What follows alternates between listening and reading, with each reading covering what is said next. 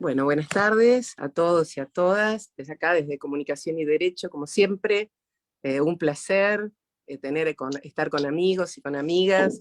Como siempre digo, acá el Zoom íntimo que tenemos con a querida amiga, con la doctora Carrizo, Vivi Carrizo, que ella siempre nos va conectando con grandes juristas, grandes profesionales y grandes personas.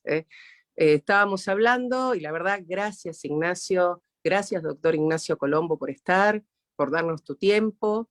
Perdón que te tuteo, sos muy joven, así que te tuteo con respeto, por supuesto. Bueno, el doctor Ignacio Colombo es doctor en Ciencias Jurídicas y Sociales por la Universidad Católica de Argentina, diplomando en Estudios Avanzados, DEA, por la Universidad de Castilla-La Mancha, España, especialista en Derecho Constitucional por la Universidad de Castilla-La Mancha, profesor de Derecho Constitucional y Teoría Política en la Universidad Católica y Nacional de Salta, secretario y miembro titular del Instituto Facundo de Zuviría, miembro titular de la Asociación Argentina de Derecho Constitucional, miembro correspondiente del Instituto Federalismo de la Academia Nacional de Derechos de Córdoba, juez de garantías en el Poder Judicial de Salta. Bueno, y un querido amigo, vamos a decir acá, y de corazón agradezco la entrevista, por supuesto que le va a hacer la doctora Viviana Carrizo, ella es una número uno, ya están, no digo que están cansados de leer, son más o menos 7 hojas de currículum,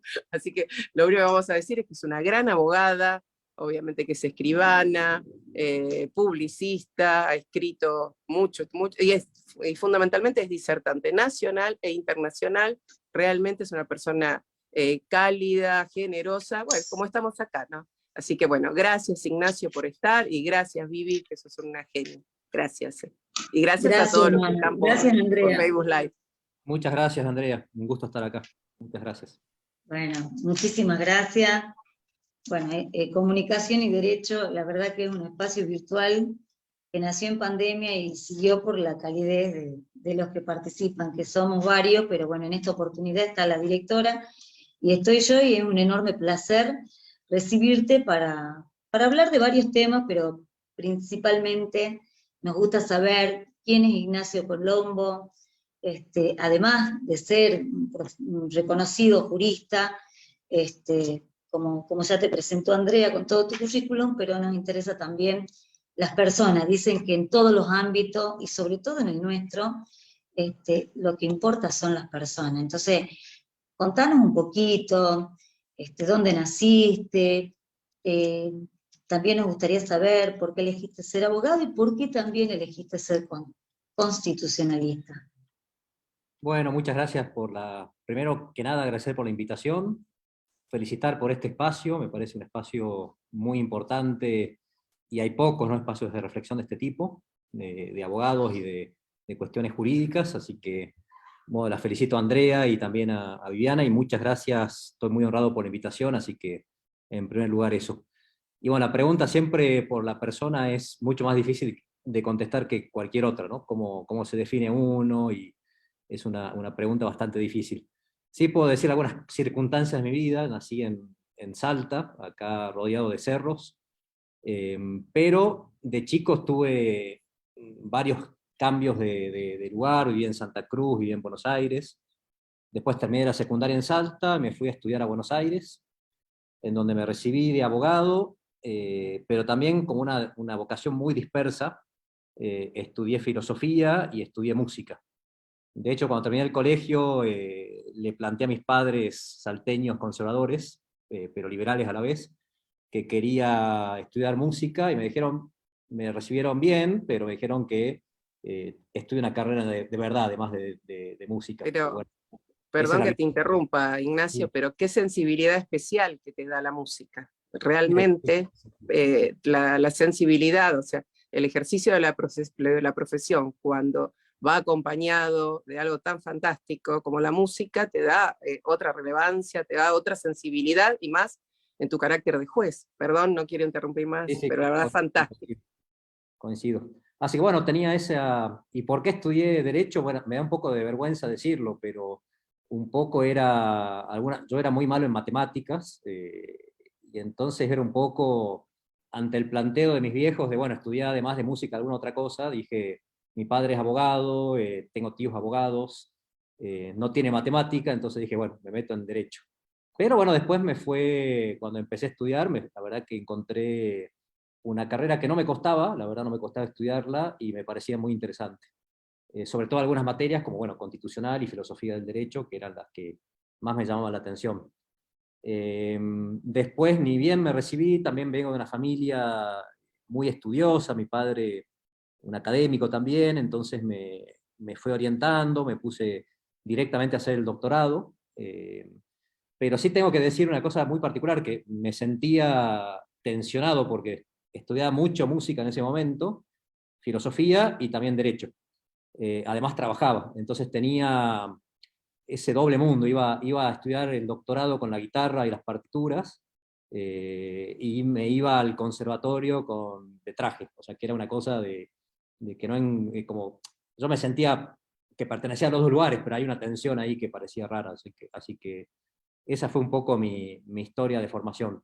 Y después, bueno, después de unos años de trabajar en Buenos Aires, de doctorarme y cuestiones personales, afectivas, decidí en un momento de mi vida, volver a Salta. Así que bueno, volví, sobre todo por estar más cerca de mis padres, que ya están grandes, digamos, por varios motivos, bueno, decidí volver a Salta. Así que acá estoy, eh, concursé, bueno, me fue bien, entré al Poder Judicial, y me dediqué bastante a la vida académica de manera paralela. Así que un poquito ese podría ser el resumen de mi recorrido hasta acá, digamos, ¿no?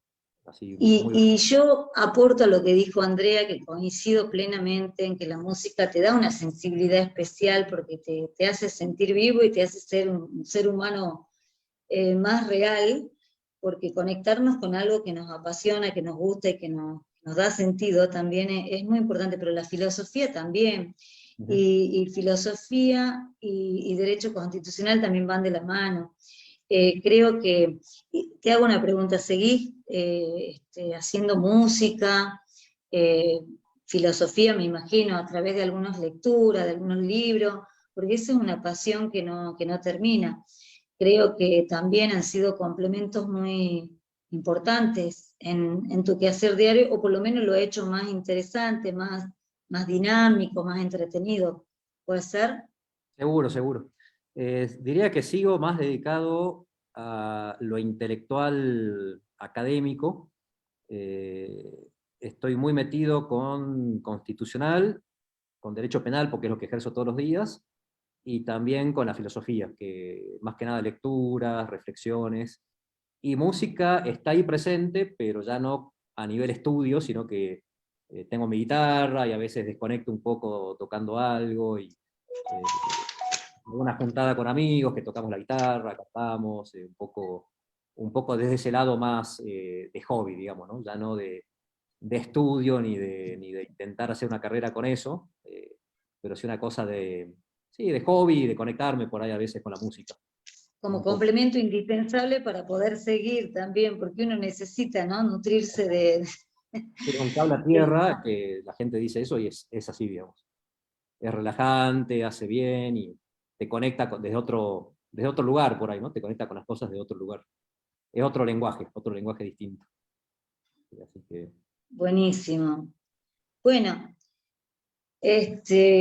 muchos quieren escuchar, te agradezco estos datos. Podríamos preguntar más cosas, ¿no? Que yo creo que a muchos y a muchas les interesaría conocerte un poquito más, pero bueno, lo dejemos para la mitad de la charla.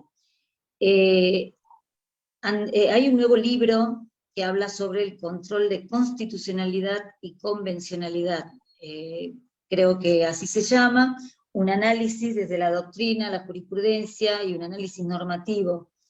Me gustaría un poco que nos contés del libro, cuál es la idea, el objetivo, bueno, las ideas principales, y después, bueno, seguiremos con otros temas que tienen que ver justamente con esto.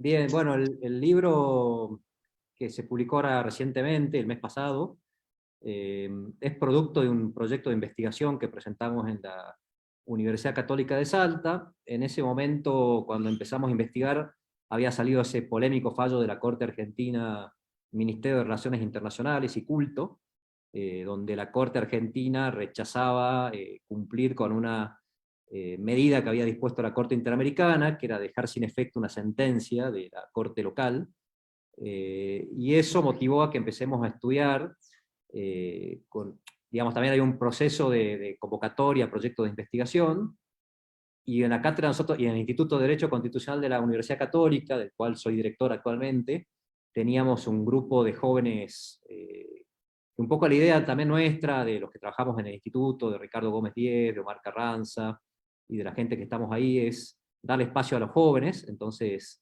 como formar, que por ahí en Salta no se ve tanto, de formar discípulos, no sé si discípulos, pero formar gente que se dedique también a lo académico.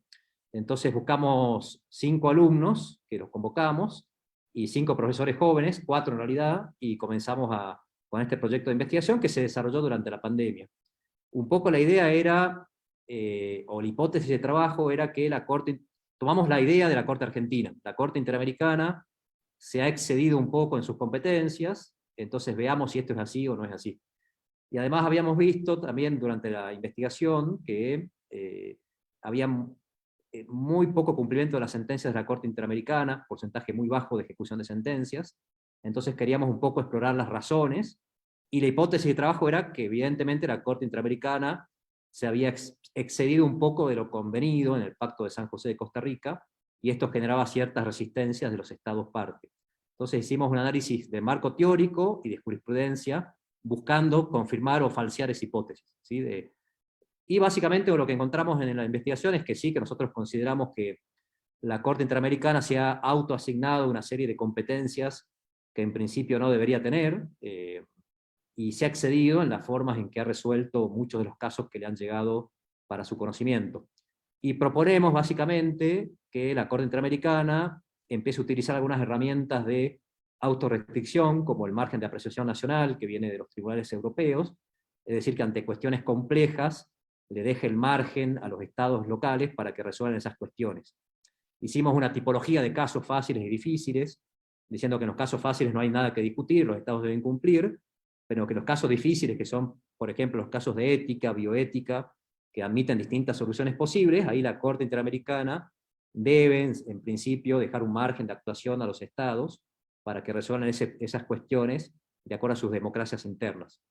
Y también otra línea importante que desarrollamos en el libro es pensar o reflexionar cuáles son las causas de este desborde que ha tenido la Corte Interamericana, y hemos concluido que la Corte se ha planteado como una Corte muy intervencionista respecto de los estados, y esto la diferencia mucho del Tribunal Europeo, que es una Corte muy prudente, que dialoga con los estados, por una cuestión histórica, que la Corte Interamericana, cuando comenzó a desarrollar porque la doctrina del control de convencionalidad es una doctrina que elabora la propia Corte Interamericana pretorianamente, a través de su jurisprudencia. Entonces esos primeros casos, Almonacid Arellano, trabajadores cesados del Congreso de 2006, y demás, son casos donde la Corte Interamericana se encuentra con democracias transicionales o gobiernos autoritarios, en donde había claras violaciones de derechos humanos. Y por eso la Corte empieza a desarrollar esta doctrina diciéndole a los jueces locales que ellos deben hacer en sus ordenamientos internos control de convencionalidad. Por eso surge esta doctrina tan intervencionista, porque se encuentra con sistemas democráticos muy debilitados. Entonces, esto explica, es una causa que explica la posición que asumió la Corte Interamericana.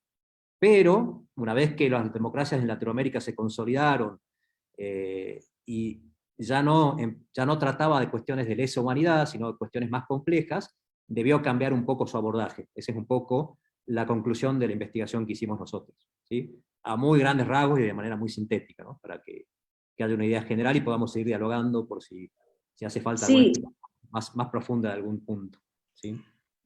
Clarísimo. De todas maneras me pongo a pensar en Paraguay, que es uno de los ejemplos, si mal no recuerdo, en donde la Constitución, o sea, la pirámide jurídica en Paraguay creo que es distinta a la nuestra.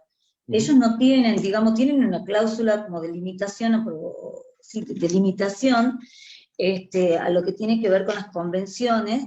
Nosotros estamos equiparados a la Constitución con los tratados internacionales, y los tratados internacionales están por sobre las leyes de la nación, ¿no es cierto?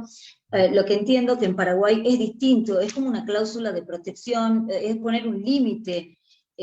No sé si nos podés explicar la comparación para que se entienda, porque está bueno, en estos tiempos nos da la impresión, sabemos, y también te escuché en otra oportunidad y un poco de lo que he leído, que Argentina fue demandada muchas veces ante la Corte Interamericana, y no solo que hemos sido demandados, que han llegado cuestiones a la Comisión Interamericana, a la Corte Interamericana, sino también hemos sido condenados. Entonces, ¿cómo bajar eso?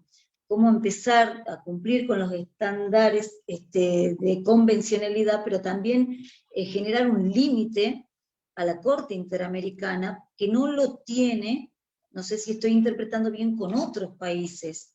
¿De qué depende ese tratamiento hace la Argentina? Porque no creo que la Argentina esté en relación a otros países de Latinoamérica en peor situación en lo que se refiere a violaciones a los derechos humanos. No sé si nos podrías ilustrar un poquito más eso. Está muy bien la pregunta. Yo diría que hay dos niveles de respuesta. Hay uno de derecho estatal, digamos, que tiene que ver con los estados y cómo receptan el derecho internacional en su ordenamiento interno, y otro que tiene que ver con la doctrina que elabora la Corte Interamericana autónomamente, digamos. Precisamente uno de los problemas, me voy a centrar en esta segunda cuestión primero, uno de los problemas que tiene esta doctrina es que se desprende completamente de la voluntad estatal.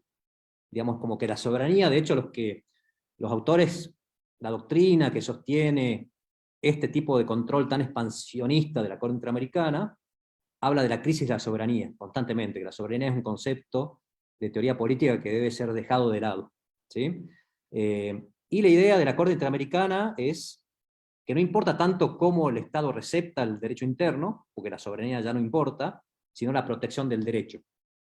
Que es un concepto, si se quiere, del naturalismo, digamos, como el derecho es objetivo, universal, impacta en la persona por ser una persona humana, y no por pertenecer a un Estado, no por ser un ciudadano, digamos, por ser humano y no por ciudadano, no puede tener ninguna limitación ese derecho dentro de los estados locales.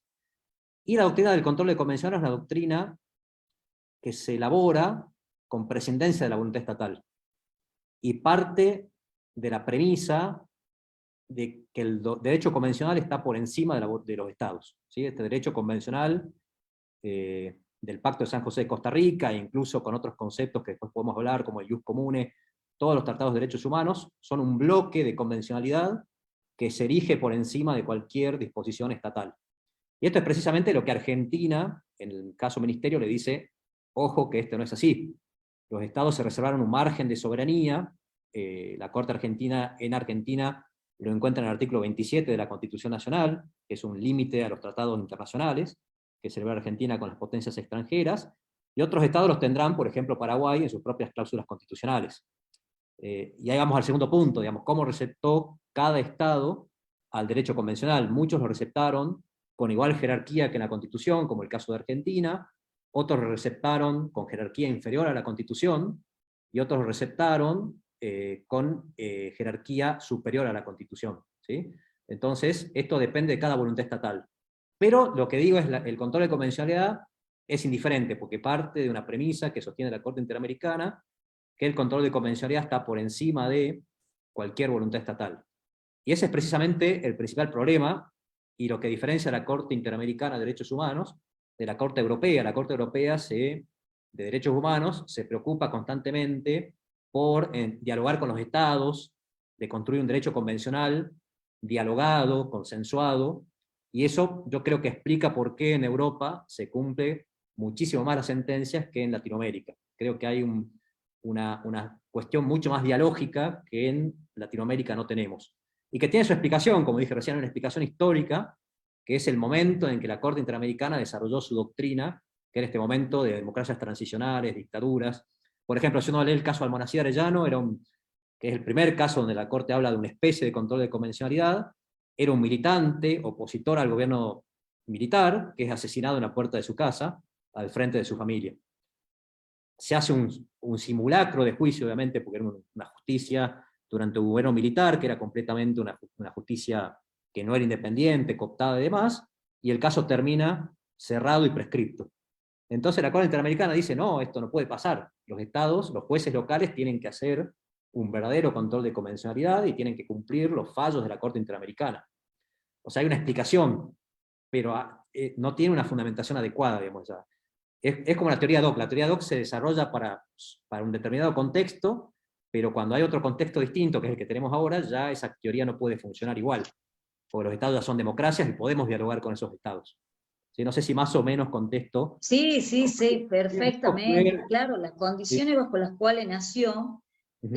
han sido, el escenario es totalmente distinto, pero el criterio de la Corte sigue siendo prácticamente el mismo. Entonces eso es lo que No modificó. genera un malestar Claro, en los y esto estados, un una cosita más malestar. importante, esto también se ve en el tipo de casos que van llegando, porque al principio eran casos, como Almonacid Arellano, de graves delitos de lesa humanidad cometidos por dictaduras, digamos, y con estados cómplices, y eso explica también por qué la voluntad estatal no importaba tanto en esa primera construcción de la doctrina.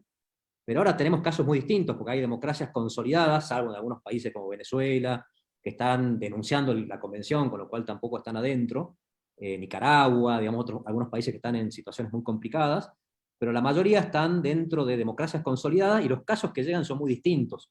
Por ejemplo, hay casos de derecho electoral, casos de un alcalde, el caso Petro de Colombia, que es un alcalde de Bogotá que es expulsado de su cargo, Artavia Murillo, que es un caso del estatus jurídico de los embriones.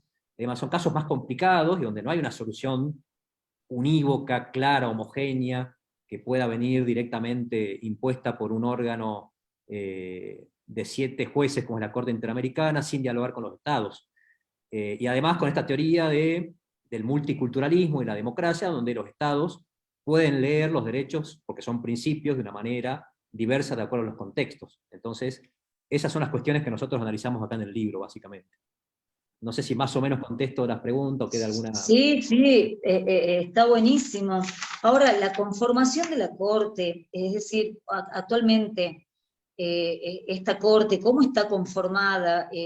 ¿Influye eso en que este tipo de intervencionismo, criterio que asume no se ajuste a los cambios? Porque hablamos de un escenario que es completamente distinto, pero el criterio en el manejo, ¿no es cierto?, con los estados que son parte, yo me veo, o sea, yo analizo a la Argentina como un poco el sentimiento que siempre tenemos, que somos los tontos de de la película, o sea, somos tan buenos que a veces pasamos por tontos, y en esto creo que no escapa. O sea, te estoy dando una ilustración muy burda, pero es un poco al leer, al hacer la lectura de esto, decía, hay otros países que realmente están en mayor o situación de violación a los derechos humanos que nosotros, pero sin embargo no tienen ese criterio que tienen con Argentina. Sí, yo creo que no es una cuestión de Argentina, porque en realidad la Corte Interamericana ha condenado numerosas veces a muchísimos países, digamos. Incluso tuvo un grave problema con una de las democracias más consolidadas y un Estado de Derecho más consolidado, a mi modo de ver, que hay en Latinoamérica, que es Uruguay. De hecho, hay el caso Hellman contra Uruguay, es un caso muy polémico, lo cuento brevemente porque es interesante, es un caso donde Uruguay había dictado leyes de amnistía y punto final, igual que Argentina, pero con una gran diferencia.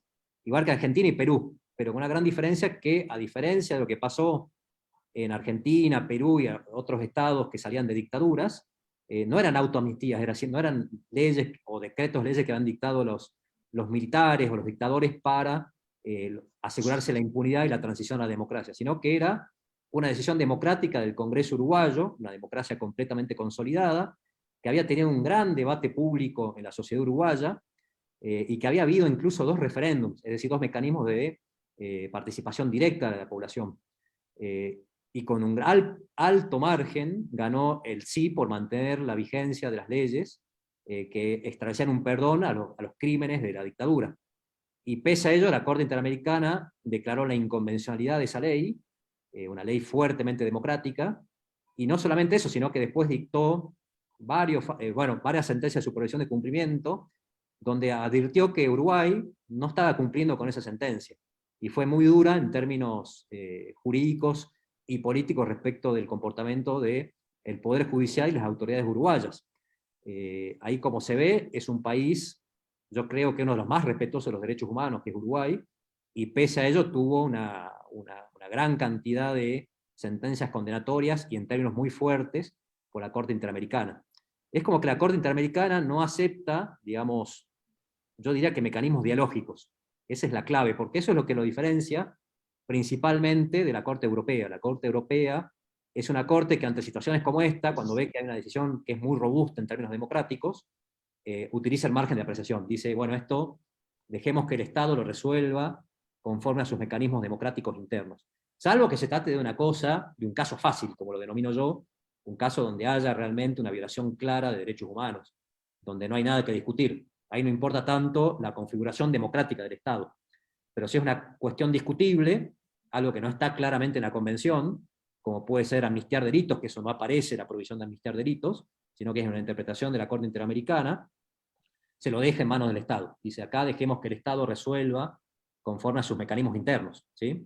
Y la configuración de la Corte es problemática también, porque, que vos me preguntaste al principio, porque el problema de cómo se integra la Corte Interamericana, esto nosotros lo estudiamos en la investigación, pero no lo pusimos en el libro, la verdad que ya nos parecía mucho, es una configuración muy oscura, porque la Corte Interamericana se integra con candidatos propuestos por los estados, que no tienen ningún tipo de control democrático, y la OEA decide, también en sesión secreta, que casi nadie participa, quiénes van a ser los jueces de la Corte Interamericana.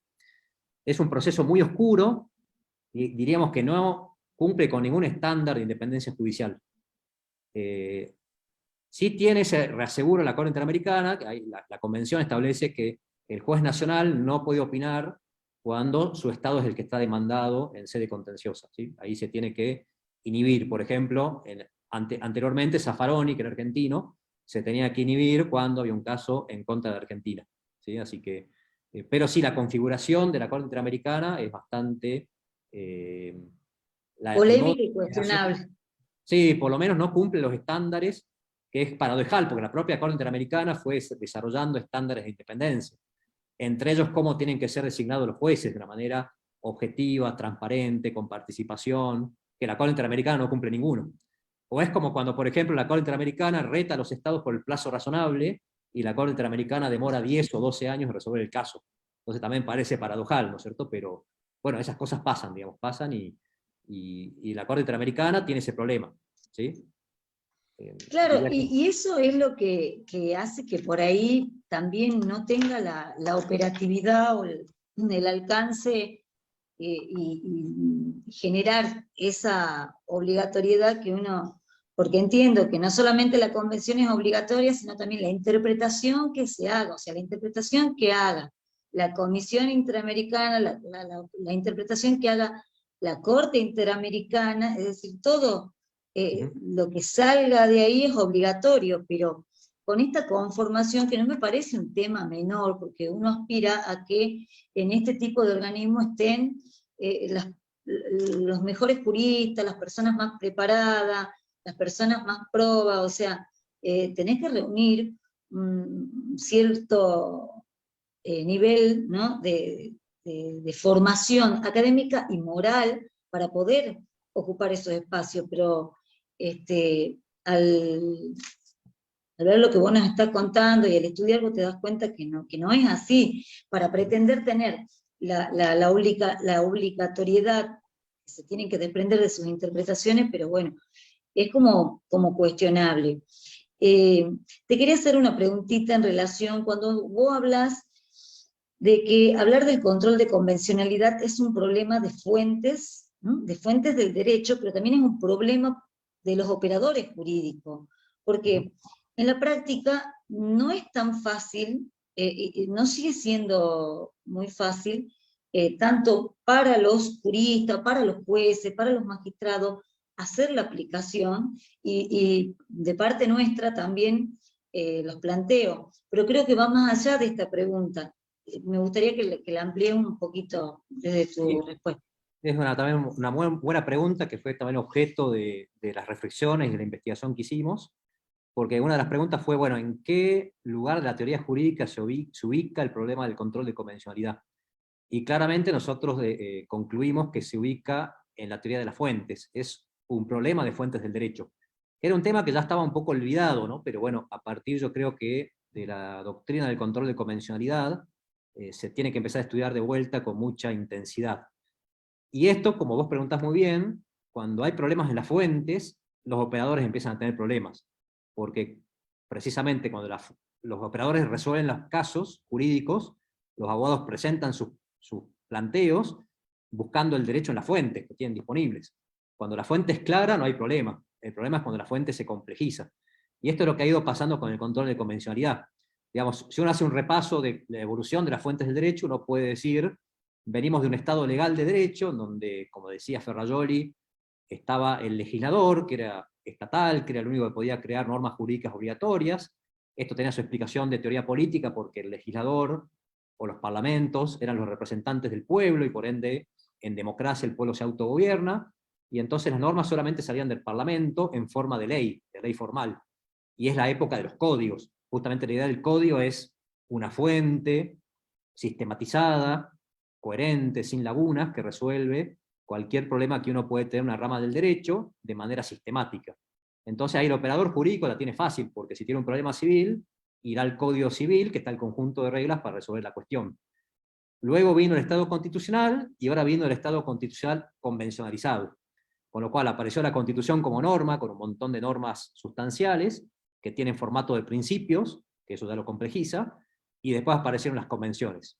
Pero además aparecieron las convenciones no solas, sino que aparecieron las convenciones con las interpretaciones de la Corte Interamericana, es decir, con su jurisprudencia, con las opiniones consultivas de la Corte Interamericana, es decir, cuando opera en su función consultiva, con las recomendaciones de la Comisión Interamericana de Derechos Humanos, que también se consideran vinculantes, con las opiniones de los comités que integran este bloque de convencionalidad, que está unificado por un concepto que elabora también la jurisprudencia y la doctrina, que es el ius comune latinoamericano, o el corpus iuris, que son dos conceptos que operan como unificadores de toda opinión de organismo interamericano o internacional de derechos humanos, y empieza a formar este bloque de convencionalidad. ¿Y esto qué hace? Complejiza la fuente, porque tenemos un conjunto de normas, muchas veces en conflicto entre sí, porque no siempre son bloques armónicos, sino que hay tensiones. Por ejemplo, muchas veces hay tensiones entre lo que dice la jurisprudencia local y lo que dice la jurisprudencia de la Corte Interamericana, lo que dice un comité de derechos humanos y lo que dicen los jueces locales. Muchas veces hubo conflicto entre la comisión y la Corte, incluso lo que dice la comisión y lo que después concluye la Corte. Con lo cual es un menú muy variado de fuentes, que obligatoriamente el operador lo tiene que contemplar al resolver una cuestión, los jueces, los abogados y demás, y que es una fuente muy desordenada, por decirlo de alguna forma, ¿sí? Muy desordenada y muy compleja. Incluso hay un problema de la propia Corte Interamericana. La Corte Interamericana ahora lo está haciendo con un poquito más de rigor, pero no ha sistematizado de manera clara su jurisprudencia y sus opiniones consultivas. Y eso dificulta mucho que los operadores conozcan todos los fallos de la Corte, todas las opiniones consultivas, todas las recomendaciones que hace la Comisión Interamericana, y este bloque de convencionalidad del cual la Corte nos habla en bastantes ocasiones, ¿sí? Entonces yo sí diría que hay una relación muy directa entre cuán complejas son las fuentes y la función del operador jurídico. Si la fuente es la ley, en el Estado legal es muy sencillo. Es una operación casi silogística, ¿no? Cuando la fuente es desordenada, compleja, principialista, la función del operador, de nosotros, de todos nosotros que estamos lidiando con el derecho todos los días, se complica mucho. Tenemos que hacer interpretación, buscar, indagar, e interpretar, no solamente aplicar, ¿sí? Así que diría que ese es uno de los principales problemas del control de convencionalidad. Mira, clarísimo, clarísimo, y un poco de consuelo, hablando en criollo, consuelo de tonto para aquellos que no estamos tan empapados como vos en el tema, de saber que no es tan fácil. Igual tenemos que tener un compromiso para que cuanto más, digamos, cuanto más operadores jurídicos de todos los ámbitos, tanto los que están de la parte de los litigantes como los que están en la función judicial, nos comprometamos con esta materia, creo que vamos a poder hacer aportes para poder hacer o vislumbrar algún cambio. Cuando estudiaba la reforma del Código Civil y Comercial, ahí se hablaba, ¿no?, que el Código Civil y Comercial es un código de los derechos humanos, es un código que está, digamos, impregnado de los principios, que si bien es cierto, los principios de derechos humanos son operativos desde el año 1994, cuando han sido incorporados los tratados de derechos humanos en la Constitución, no obstante, no era fácil hacer que sean operativos. Dice, no hubiera sido necesario codificar, pero hubo que codificar para que sean más operativos. Me llamó la atención, pero con lo que vos me estás explicando queda clarísimo. Por ahí vos hemos necesitado meter en un código a lo largo de todos estos 2.600 artículos para poder hacer que principios de derechos humanos que surgen de los tratados, que son ley para nosotros, puedan llegar a ser operativos. Es la verdad que bastante complejo y bueno, por suerte yo creo que desde el punto de vista de este nuevo Código Civil hay muchas cosas que están cambiando.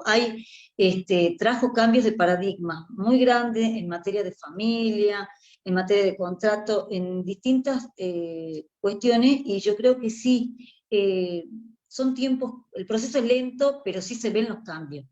Pero en otros aspectos creo que estamos bastante lejos, ¿no?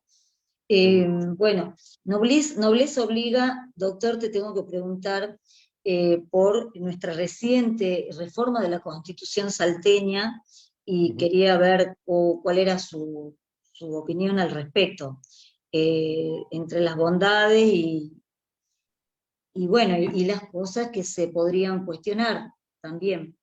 Sí, yo en principio creo que es una reforma muy positiva, desde el punto de vista que el gran principio que la inspiró y que se efectivizó después en la Convención Constituyente fue acortar los periodos de todas las autoridades públicas, desde el gobernador hasta los concejales, ¿no? Pasando por los legisladores, obviamente, intendente y viceintendente.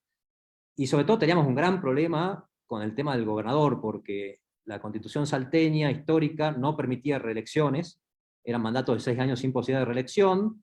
Después en el 89, en el 89 se permitió una reelección, 98, perdón, se permitió una reelección, siguiendo la Constitución nacional, y después en el 2001, una reforma muy mala, que tocó solamente el artículo de la reelección del gobernador, que permitió 3 mandatos consecutivos, lo cual implica un gobernador que dura 12 años, cuando, por ejemplo, los jueces de la Corte Suprema de Justicia duran 6 años, es decir, es una cosa completamente desaconsejable y muy mala en términos institucionales. Con lo cual esta reforma trajo un poco de orden en ese sentido, regularizando la situación de los jueces de corte en 10 años y sin posibilidad de ser reelectos, lo cual les da cierta independencia, porque antes tenían que ser reelegidos constantemente y esto implicaba ciertamente pérdida de independencia al momento de renovar las designaciones, y un gobernador que puede durar como máximo 8 años, lo cual es bastante razonable. Lo mismo para los legisladores y los concejales, y tal vez la cuestión, también se fortaleció un poco la participación de la oposición en la Auditoría General de la provincia, lo cual también es muy importante, pues es un órgano de control relevante para los gastos públicos y el control de actos de posible corrupción, me parece que eso también es fundamental. Y tal vez lo que puede cuestionarse son un par de cosas, por ejemplo, que fue una reforma, a mi modo de ver, que se llevó a cabo en un momento tal vez medio inoportuno, porque estamos en plena pandemia, donde la sociedad, la verdad que yo entiendo que no tuvo participación, la sociedad salteña no tuvo, yo entiendo que en general la sociedad no tiene mucho conocimiento de qué pasó, en general, salvo los que estamos obviamente, vos, yo, los que estamos en el tema porque nos gusta, y bueno, yo en mi caso derecho constitucional, pero en general yo veo mucho desconocimiento de la población, y nunca es bueno la reforma de un pacto, como es la Constitución, un pacto de todos los salteños, sin una participación activa de la población. Y otra cosa que me parece negativa es que no se incorporaron, yo no sé bien por qué, la verdad que habría que investigar un poquito más, cláusulas transitorias. Y eso es complicado porque ahora cuando vengan las elecciones, por ejemplo, de la reelección del gobernador, se va a empezar a discutir si es la primera elección con la Constitución nueva o es el segundo mandato, porque eso no está en una cláusula transitoria. Lo mismo va a pasar con los jueces de corte. El juez de corte que ahora está designado por 6 años, la pregunta va a ser si tiene que cumplir 10 años e irse, porque se aplica directamente la Constitución moderna, o la Constitución actual, o puede terminar su mandato de 6 años y ser nombrado de vuelta por 10 años. Digamos, son discusiones que se van a dar y seguramente algunas lleguen a tribunales, y que se podría haber evitado con cláusulas transitorias prolijas. Digamos que eso tiene que ver con lo que se llama ingeniería constitucional, digamos, prever los problemas que se pueden dar en la práctica y solucionarlos con una ingeniería inteligente, con una norma inteligente en la Constitución. Creo que eso se le puede criticar, pero en términos generales, yo soy muy positivo. Me parece que fue una reforma, por el solo hecho de haber acortado los mandatos y haber puesto límites, me parece que es una reforma muy positiva desde el punto de vista republicano. Así que mi síntesis con estas pequeñas críticas que hago es que es una reforma positiva. ¿Sí? Bien. Bueno, la verdad que clarísimo. Ahora, a nivel de nuestra Constitución Nacional, ¿usted consideraría que tendría que haber algún tipo de reforma? O sea, en este momento político, económico y social que estamos viviendo, la verdad que es una situación bastante difícil la que está atravesando, la que viene atravesando el país, pero daría la impresión como que estos momentos particulares es donde estamos atravesando un momento muy, muy complejo, ¿no? O se siente más que antes, no sé. ¿Usted considera que sería una oportunidad para reformarse la Constitución y qué puntos serían importantes en esa reforma? Yo tengo tal vez una respuesta pragmática y una respuesta teórica, digamos. La pragmática sería, nunca es buen momento para reformar la Constitución, y mucho menos en un marco como el argentino, que es un marco donde existe, como decía Carlos Nino, un hiperpresidencialismo, es decir, un presidente demasiado fuerte y otros poderes demasiado débiles. Esto quiere decir presidentes que gobiernan por decretos, cuando estos tendrían que ser muy estrictos y muy limitados, que asumen competencia jurisdiccional, que avanzan sobre los demás poderes, que avanzan sobre el federalismo. ¿Y por qué no es conveniente? Porque el actor, como pasó en el Pacto de Olivos, que puede promover una reforma constitucional con éxito, es sin duda el presidente y el partido oficialista. Y es muy poco probable, como dice Gargarella en alguna obra, que el presidente promueva una reforma para debilitarse a sí mismo. ¿Sí? Esto es una cosa de sentido común. Con lo cual una reforma muy probablemente implique una mayor asunción de competencia por parte del Ejecutivo, lo cual no es sano para ninguna democracia constitucional. Con lo cual, desde el punto de vista pragmático, yo diría que no. Desde el punto de vista teórico, yo creo que lo que nos pasa a los argentinos, más que tener una buena o mala constitución, es que no cumplimos con la norma. Esto también lo trató Carlos Nino en un famoso libro que se llama Un país al margen de la ley. Creo que el argentino le cuesta mucho, por cuestiones culturales, o cuestiones que deberíamos autorreflexionar todos, el cumplimiento estricto de la Constitución y de las leyes. Si nosotros cumpliéramos con la Constitución, creo que no estaríamos así como estamos. Por dar un solo ejemplo, hay una obligación que tiene el gobierno federal, que surge del artículo 75 como una facultad o compromiso del Congreso, es mantener el valor de la moneda. Lo dice la Constitución de manera explícita. Y fíjense lo que pasa con nuestra moneda, digamos, es un desastre. Uno podría decir, bueno, por ahí se podría tocar alguna cosa en la Constitución, el jefe de gabinete fue una figura que no funcionó muy bien, se podría trabajar con el Consejo de Magistratura, alguna cosa que no funciona también muy bien, pero yo creo que los decretos de necesidad de urgencia podrían estar mejor regulados en la Constitución, con más límites. Pero yo creo que en general tenemos una buena Constitución, muy protectiva de derechos desde el 94, con la incorporación, como hablamos recién, de derechos humanos, y creo que tenemos que empezar a cumplir, más que pensar en modificar. Porque si uno no cumple, no puede hacer una evaluación de si es necesario o no modificar algo que está incumpliendo. Entonces, diría que los argentinos primero tenemos que concentrarnos en cumplir la Constitución, y luego cuando cumplamos, recién vamos a poder tener un diagnóstico si hay que modificar o no alguna cuestión. Por ahí uno podría decir, bueno, estamos hace muchos años sin procurador, estamos hace muchos años sin poder nombrar de defensor del pueblo, bueno, podríamos mejorar los mecanismos de designación. Pero son pequeñas cositas que tiene la Constitución que se pueden mejorar, pero no veo necesario bajo ningún punto de vista una reforma estructural. Me parece que, como dije recién, hay que empezar a cumplirla. Esa sería mi respuesta, básicamente. Clarísimo, me encantó esto de la moneda, qué ilustrativo que cuando estaba estudiando la especialización en empresas familiares, una de las cuestiones que decían los distintos abogados, especialistas que vienen siendo referentes en la materia y estudiando los conflictos, ¿no?, de las empresas familiares, y decían que para reducir los conflictos entre los tres sistemas, que es propiedad, familia y empresa, una de las cuestiones que siempre se aconsejaban era, en la empresa, cumplir con todas las reglas, es decir,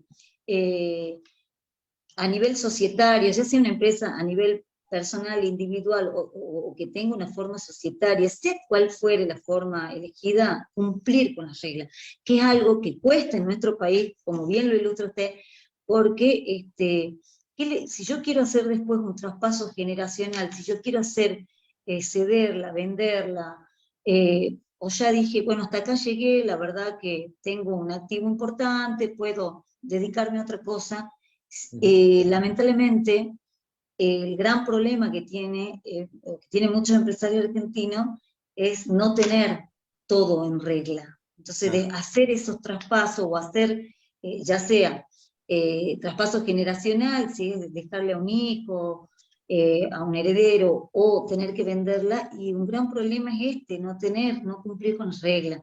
Entonces, bueno, son cosas que me parecen importantes resaltarlas. También, bueno, quería que nos comentes un poco cuál es tu reflexión de lo que ha pasado en Chile con el tema del plebiscito, viste, que nos dejó a todos un poco sorprendidos. ¿Qué opinabas al respecto? Sí, yo creo que lo de Chile vamos a necesitar un poco de tiempo para poder reflexionar bien qué pasó allí. Fue una constitución que yo creo que empezó muy bien, con mucho diálogo y con mucha participación, pero en algún momento se quebró la representatividad. La gente no se sintió representada por la Asamblea Constituyente. Fue un proceso muy largo, que eso tampoco creo que ayudó, porque uno puede, digamos, yo creo que tiene que haber un equilibrio entre lo dialógico, está bien que dialoguemos y que se abra, pero hay una cuestión de eficiencia, también uno puede estar dialogando 3 años, como pasó en la Convención chilena. Sumado a que hay un factor político que cambió el gobierno. Ganó Boric, que es un presidente de izquierda, digamos, y que la población está generando una imagen muy negativa. Y yo creo que parte del voto del referéndum fue en contra del gobierno que apoyó la reforma constitucional. Es una condición muy extensa, muy complicada, tiene artículos que maximiza derechos, esa parte es muy positiva, pero por ahí el diseño del poder, a mi modo de ver, no es muy claro. Y yo creo que la población fue más una cuestión de una pérdida de confianza y de representatividad con la convención, lo cual es paradojal, porque la convención precisamente intentó representar con mecanismos novedosos a toda la ciudadanía y a todos los sectores de la ciudadanía, a los pueblos originarios, a los sectores minoritarios, sectores vulnerables. Hay muchas cláusulas con relación al género, pero eso se ve que no hubo algún quiebre en algún momento, que yo creo que fue político, de la representatividad.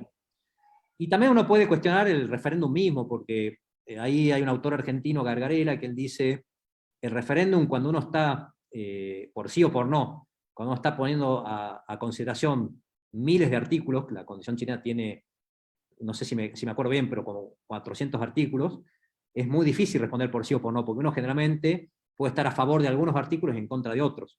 Pero si lo obligan a decir sí o no, generalmente va a decir que no, porque no está de acuerdo con una parte, porque quiebra el diálogo. Yo creo que los chilenos tienen que seguir tratando de encontrar un equilibrio y dictarse una constitución democrática que no venga de un gobierno dictatorial, moderna, pero bueno, que se conecte con la gente, con la población. Esto que hablábamos antes de la población salteña. Yo diría, si uno hubiese sometido a referéndum la constitución salteña, no sé qué hubiera pasado, porque nosotros no tenemos ese mecanismo de confirmación de la reforma, pero si lo tuviéramos, por lo menos el referéndum te obliga a tener que hacer una reforma de cara a la gente, que eso me parece positivo, porque el resultado final va a ser validado o invalidado por un referéndum, digamos. Pero bueno, lo de Chile va a llevar, yo creo que mucho tiempo para analizarlo, es un lindo caso para analizar de manera cuidadosa. ¿Sí? La verdad que clarísimo. O sea que te quiero hacer una pregunta simple, pero profunda también, porque volvemos al derecho constitucional y al derecho convencional, y si vos le tendrías que dar un consejo a un joven abogado, o a un estudiante, o a un joven abogado, o a un abogado que ya tiene sus años en el ejercicio, pero no conectó todavía con profundizar en el derecho constitucional, en el derecho convencional, más allá de lo complejo que pueda significar en los alcances eh, de lo que nos estabas explicando, ¿vos qué consejo le darías? No, por ahí el consejo es que es indispensable, digamos. Siempre los profesores, siempre uno dice, medio en chiste, ¿no? El profesor que da una materia considera que su materia es la más importante de todas.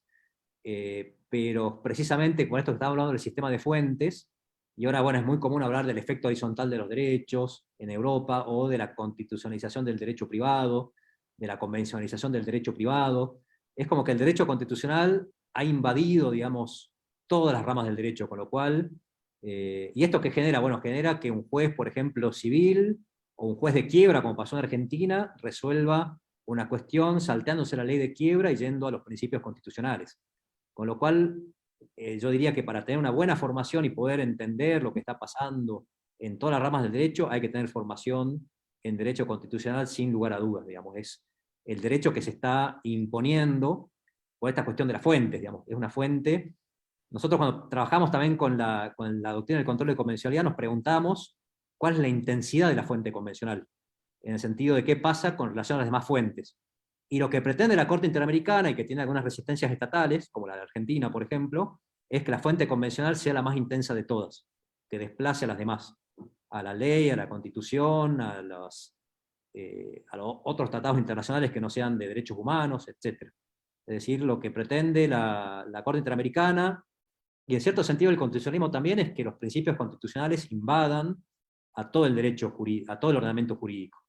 Con lo cual, manejarse con derecho constitucional y con los estándares de interpretación del derecho constitucional es una formación fundamental que requiere todo abogado, de cualquier rama del derecho, ¿no? Me parece. Aparte, doctor, cualquier cuestión hoy puede llegar a la Comisión Interamericana o a la Corte Interamericana, no es solamente quizás ante una cuestión de privación de la libertad ilegítima, una cuestión de lesa humanidad, eh, pero hoy cualquier cuestión puede llegar a ser objeto puede llegar a ser un planteo ante la Comisión Interamericana o ante la Corte Interamericana, ¿no es cierto? Seguro, y aparte cualquier problema, casi, hay algunos que no, pero casi cualquier problema jurídico puede leerse desde los principios constitucionales y de los convencionales. El ejemplo más claro son estos fallos de la Corte Argentina de un crédito que estaba discutiendo en una quiebra, crédito quiebrafario, pero con una particularidad, que ese crédito es de un niño con una gran discapacidad, producto de un accidente. ¿Qué hizo la Corte? Bueno, lo leyó en términos convencionales, dijo: acá la ley de concurso de quiebra está subordinada a los principios convencionales, hay una persona vulnerable, se necesitan acciones positivas, con lo cual ese crédito pasa de quirografario a privilegiado. Y esto pasa, que es la perspectiva de género en todas las cuestiones. Si hay una cuestión que parece fácil resolver con la ley, pero choca con una cuestión de género, bueno, el intérprete va a tener que tomar la Convención Veredo-Pará, o la Convención en contra de la discriminación de la mujer, la CEDAW, y tendrá que resolver conforme a esos principios. Una cuestión que parece ser de mero derecho laboral, podría tener una cuestión de discriminación, podría tener una cuestión de minorías. Siempre hay que ver, siempre hay que mirar desde el prisma de los principios constitucionales y convencionales, para no errarle, para decirlo así vulgarmente, ¿sí? Para no errarle hay que verlo de frente. ¿Todos están obligados a hacer el control o solamente los jueces? Bueno, la Corte Interamericana lo dice en Hellman, dice: todo funcionario público en principio debe realizar control de convencionalidad.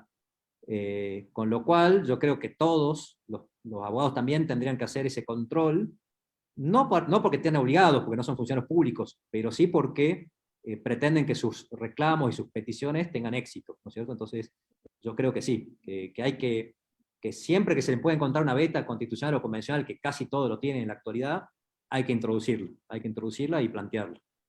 Es decir, que un municipio, un funcionario municipal, un intendente, un secretario de gobierno, un ministro de un gobierno de provincia o un ministerio de la nación. Cualquier funcionario público está obligado a hacer, bueno, también nosotros los operadores jurídicos desde este lugar de abogado litigante, hacerlo para defender mejor los derechos de nuestros clientes cuando se vean vulnerados o alcanzados, ¿no? O con esta protección convencional, pero yo creo que no queda claro porque sobre todo en estos últimos tiempos en materia previsional se está viendo vulneración, acá en Salta, de derechos constitucionales, como por ejemplo la estabilidad del empleado público, y se está haciendo una interpretación errónea de la ley, en perjuicio, por supuesto, del trabajador, y donde se están vulnerando flagrantemente derechos, varios derechos, es decir, no solamente a la estabilidad, en este caso del trabajador, sino el carácter alimentario que tiene, y bueno, todo ese plus de protección que se lo está desconociendo. Entonces es muy importante, por eso amamos que en estos ámbitos, en una entrevista uno pueda transmitirle a todos, aquellos que trabajan día a día gestionando, o están en lugares de decisiones, que no tienen solamente que ser una obligación de los magistrados, sino de todos los funcionarios, tanto de la administración pública como también de la administración de justicia. Así que, bueno, es muy importante esta acotación. A ver, no sé, qué más nos gustaría, le gustaría contarnos o decirnos de estos últimos trabajos que he estado haciendo y que considera que a los colegas y a la gente en general le puede interesar. No, por ahí lo único que no quiero vender el libro, porque, pero bueno, si lo quieren comprar, ahí está disponible en la librería digital. Pero no, diría que es un libro que sirve para entender precisamente estas cuestiones, digamos, porque si bien está escrito de manera crítica, esto por ahí sirve para entender qué es lo que dice la Corte, con qué alcance, qué críticas se les puede hacer, eh, cuáles son las obligaciones que realmente tenemos, cuáles no son obligaciones y son un exceso de la Corte Interamericana, y siempre con el espíritu que tuvo la investigación de considerar que es valioso que exista la Corte Interamericana y el Sistema Interamericano de Derechos Humanos, es muy valioso y tiene una función muy importante, pero por ahí detectar los flancos débiles con la idea de aportar para el diálogo y para que se fortalezca la función de la Corte Interamericana, ¿sí? Que no deje tantos flancos como está dejando ahora, con esta exorbitancia en la doctrina. Y yo diría a los que quieran leer el libro que les va a servir para eso, para comprender esta fuente del derecho, que ahora todos tenemos que tener en cuenta, como estuvimos hablando hoy, que es el control de convencionalidad o la norma convencional, ¿sí? Y también nosotros abordamos las cuestiones más modernas del derecho, la interpretación constitucional, la interpretación convencional, la cuestión de los principios, esta discusión entre reglas y principios que es muy actual, que el derecho se compone principalmente actualmente por principios constitucionales y convencionales, y esto implica una gran indeterminación en el derecho, y una gran importancia en la función de los jueces, sobre todo, de cómo concretizan esos derechos en los casos concretos. Como que va a servir, me parece, para entender también un poco el funcionamiento del paradigma actual en el que estamos inmersos los operadores jurídicos. Diría simplemente eso como conclusión. Donde se requiere conocimiento y creatividad, poder hacer un juego, ¿no? Entre las vivencias que uno tiene, en mi carácter de juez sería, o sea, no soy juez, pero si fuera juez, yo creo que trataría de armonizar eso, la vivencia, el conocimiento que uno tiene de la experiencia, el conocimiento que uno tiene técnico de las leyes, pero también de todo este plexo normativo que nos pone mucha luz para poder resolver con la mayor justicia posible los casos que se plantean. Cuando le hice la entrevista al doctor Amaya, él hablaba de que en Colombia, no hace mucho tiempo, se aprobó el derecho de la principalidad, es decir, el tema de los principios se puede poner como excepción, pero también ya hay un derecho de los principios. No sé si estás al tanto de eso, pero como que estaría bueno para, digamos, evitar esta dispersión de normas, poder esquematizar. ¿Vos qué opinás al respecto? Y hay intentos por ahí de hacer una gradación jerárquica de los principios, pero bueno, autores como Alexi y demás, hay una discusión ahí muy grande teórica, pero es muy difícil, porque uno dice, bueno, el derecho a la vida está primero, pero bueno, ¿qué pasa, por ejemplo, en un caso de aborto, cuando la vida de la madre está en peligro, o qué pasa en los casos de eutanasia, donde los países que tienen aceptada la eutanasia? Entonces, todos los principios son interpretables. Yo creo que es una indeterminación propia del derecho moderno, y es algo con lo que nos tenemos que acostumbrar a convivir, y por ahí lo que sí se puede hacer es ir generando, desde la doctrina a la jurisprudencia, pautas, para que no sea una tarea arbitraria de los jueces, sino que haya pautas razonables. Hay todo un movimiento que yo comparto, que es la reactivación, para decir así, de la razón práctica, digamos, de esta escuela tradicional que nos decía que el derecho se iba resolviendo caso por caso, con la prudencia del operador jurídico, con una serie de principios. Bueno, un poco eso es el mundo moderno. Porque un principio, por ejemplo, la libertad o la igualdad, bueno, son principios que tenemos que delimitar en el caso concreto, hasta qué punto, o por ejemplo cuando colisionan principios. ¿Qué pasa con la libertad de expresión, el derecho al honor?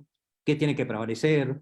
Y bueno, hay una serie de pautas jurisprudenciales que nos dicen que le quitan la arbitrariedad al juez, porque nos dirían, por ejemplo, que cuando el criticado es una figura pública, se la tiene que bancar, prevalece el derecho a la libertad de expresión. Cuando el criticado, o el que por ejemplo, se le viola la intimidad con una foto, por ejemplo, una persona privada, debe prevalecer la intimidad o el derecho al honor. Y esos son parámetros que son de sentido común y de razón práctica, que nos permiten utilizar los principios con su propia lógica y de una manera previsible, que es lo importante, digamos, ¿no? Que los jueces no sean arbitrarios, sino que tengan una serie de estándares para aplicar los principios también de una manera previsible. Creo que eso es en lo que tenemos que pensar ahora los operadores con este mundo lleno de principios jurídicos, ¿sí? No sé si se entiende más o menos, pero esa sería... Sí, sí, se reentiende y es apasionante porque podría interpretarse como que estamos en una etapa de transición, en donde estamos tratando de poder ayornar todo esto con, o sea, la vieja escuela, lo tradicional, con toda esta nueva impronta. El mundo ha cambiado, estamos atravesados por la digitalización de todo, o sea, el mundo ha cambiado, ha dado un giro de 180 grados, y hay muchas cuestiones a las que el ser humano, la sociedad, y cada región, cada lugar tiene que acomodarse. Algunos con más éxito o más rápido se van, digamos, adaptando y maximizando los beneficios que trae, ¿no?, la digitalización, pero en otros lugares hay más resistencia. Tiene que ver también con una cuestión de idiosincrasia, de cultura. Entonces, armonizar todo eso que es tan complejo no es fácil, y atravesado con la convencionalidad y la constitucionalidad, que también, como lo digital, nos atraviesa todo, atraviesa todos los derechos. Qué claridad, ¿no, de Ignacio? Porque realmente era un placer estar escuchándote, y fundamentalmente cuando hablaste de ese presidente que no quiere debilitarse.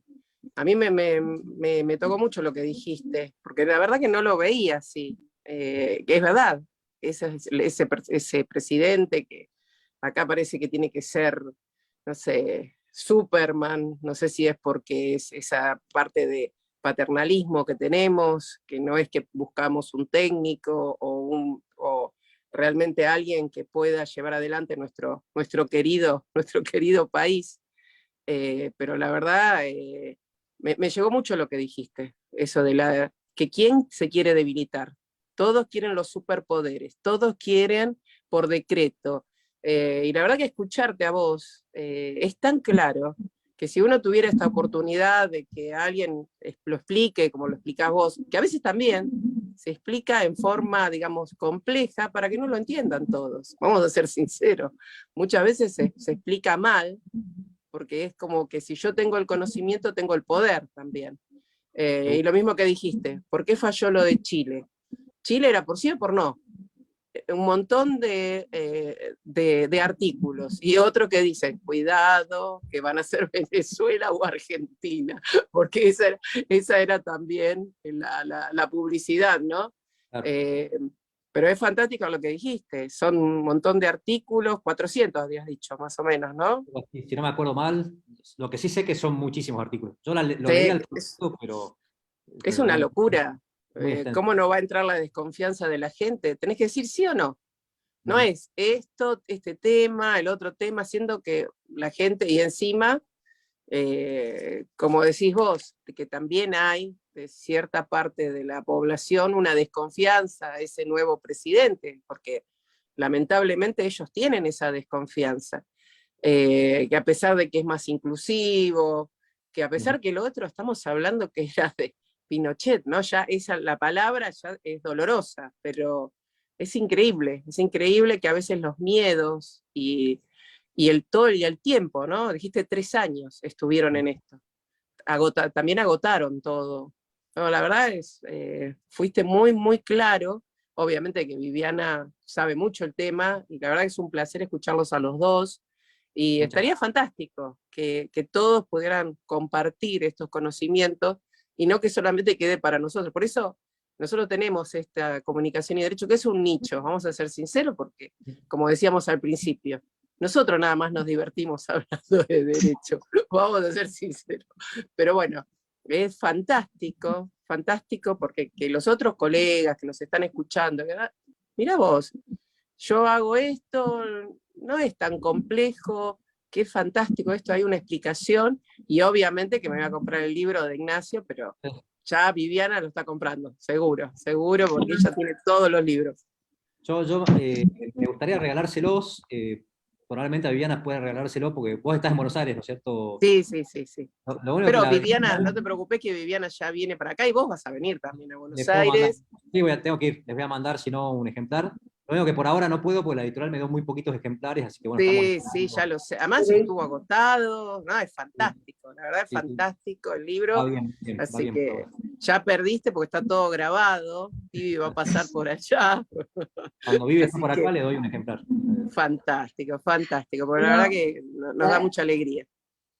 la verdad Bueno, que un placer escucharte, Ignacio. Yo les no, decía, muchas gracias a Andrea, ustedes. Y las preguntas la muy verdad que interesantes, así conocemos a que Ignacio y hay que aprovecharlo porque, bueno, más allá de que a mí me guste el derecho constitucional, me encanta, creo que es necesario para todos, no solamente para el que está en la profesión, para el operador jurídico en general, sino para la gente también que sepa de estas cuestiones. Hay gente que quizás no es abogado, pero le interesa mucho saber de estas cuestiones y las entiende, porque son grandes lectores, y tenemos, gracias a Dios, también ese tipo de público, y bueno, esa era la idea. Y Vivi, el saber es poder, el saber es poder. Nuestro país da mucha tristeza a veces porque antes tenía otro, no voy a meterme en política ni nada por el estilo, pero nosotros teníamos otro contenido, o sea, teníamos,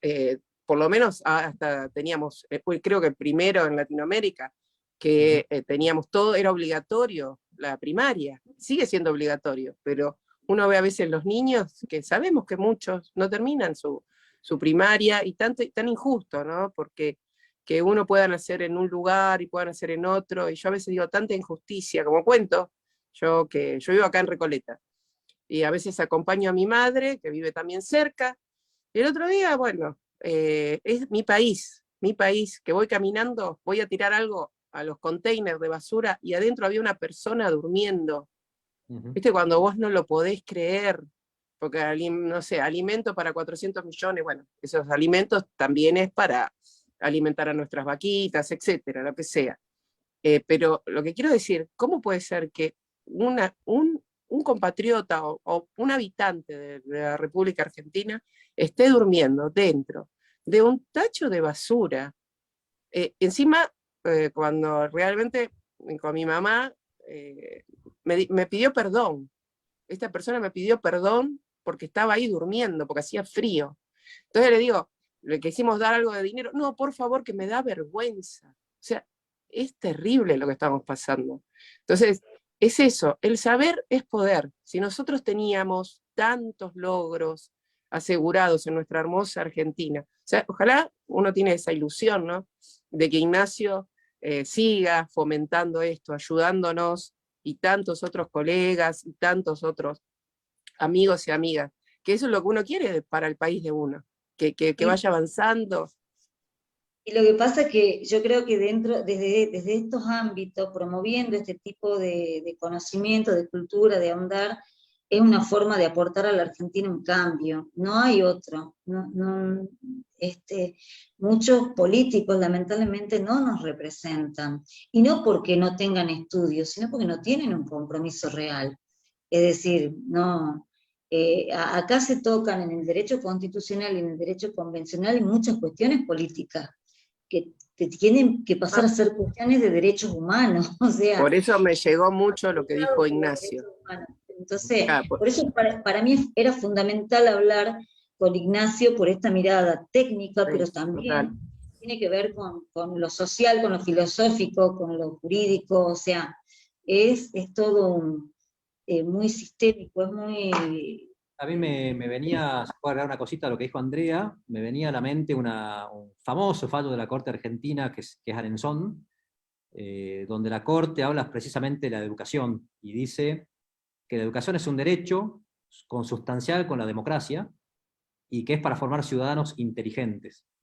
Y sin ciudadanos inteligentes, el razonamiento, no hay democracia, porque precisamente la democracia es el autogobierno del pueblo, y si el pueblo no está educado, no está alimentado, no tiene sus necesidades básicas satisfechas, no puede votar de manera libre, no puede elegir de manera libre, y de manera inteligente. Y eso yo creo que es muy significativo y demuestra cómo, si uno cumpliera con la Constitución, nuestros problemas serían mucho menores, ¿no? Eso es lo que decíamos hace un rato. Bueno, lo que dijiste recién lo vamos a usar, lo vamos a publicar en todos lados, porque fuiste algo totalmente concreto, realmente lo que uno siente, y la verdad, Ignacio, perdiste porque vas a salir en todos lados. Vamos a poner todo lo que dijiste, fantástico, fantástico. La verdad que gracias, Vivi me había dicho que un tiempo, porque estás muy ocupado, así que bueno, no sé yo. Sí. Gracias, Fue muy linda Ignacio, la charla, gracias. me sentí muy cómodo, y las felicito a las dos por el programa, que está muy, muy bueno. Lo voy a empezar a mirar ahora que sé que están ahí. Así que bueno, muchísimas gracias. Lo comprometemos para otra entrevista. Por favor. Cuando quieran, yo disponible. Agendamos algún lugarcito y ahí estamos. Perfecto. Bueno, pero muchas gracias. Gracias, Vivi, por esta entrevista fantástica, porque demuestra también todos tus conocimientos, cómo podés, uno para preguntar tiene que saber, y la verdad que sos una genia. Y gracias, Ignacio, gracias, brillante, brillante, brillante. Y también simple para que uno lo pueda entender.